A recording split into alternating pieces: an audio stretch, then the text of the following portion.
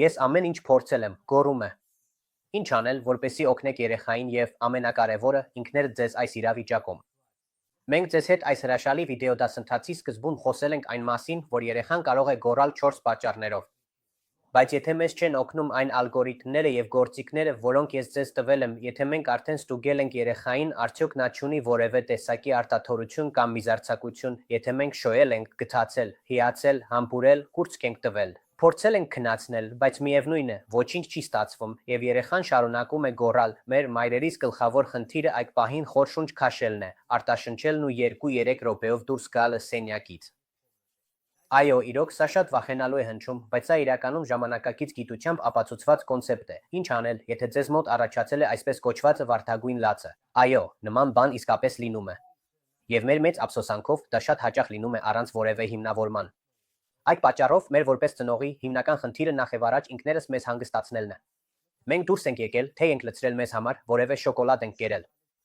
Երեխան լացում է, ոչ մի սարսափելի բան չի պատահի։ Դրանից հետո եւս 2-3 րոպե անց մենք վերադառնում ենք եւ նորից սկսում կիրառել նույն մեթոդներն ու հնարքները, որոնց մասին ես ձեզ պատմել էի այս վիդեոդասընթացի սկզբում։ Այսինքն ստուգել ենք տակդիրը, վերցրել ենք գրկի, թեթև օրորել ենք, համբուրել, սիրել, հետո առաջարկել ենք կուրծք եւ նորից փորձել պարկեցնել քնելու։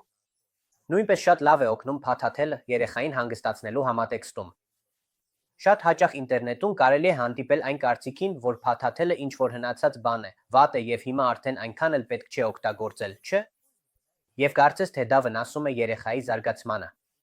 Իրականում փաթաթելը նույնպիսի գործիք է, ինչպես օրինակ կուրծքը, քունը կամ նույնիսկ ծծակն, որը նույնպես ի դեպ կարող ենք օգտագործել։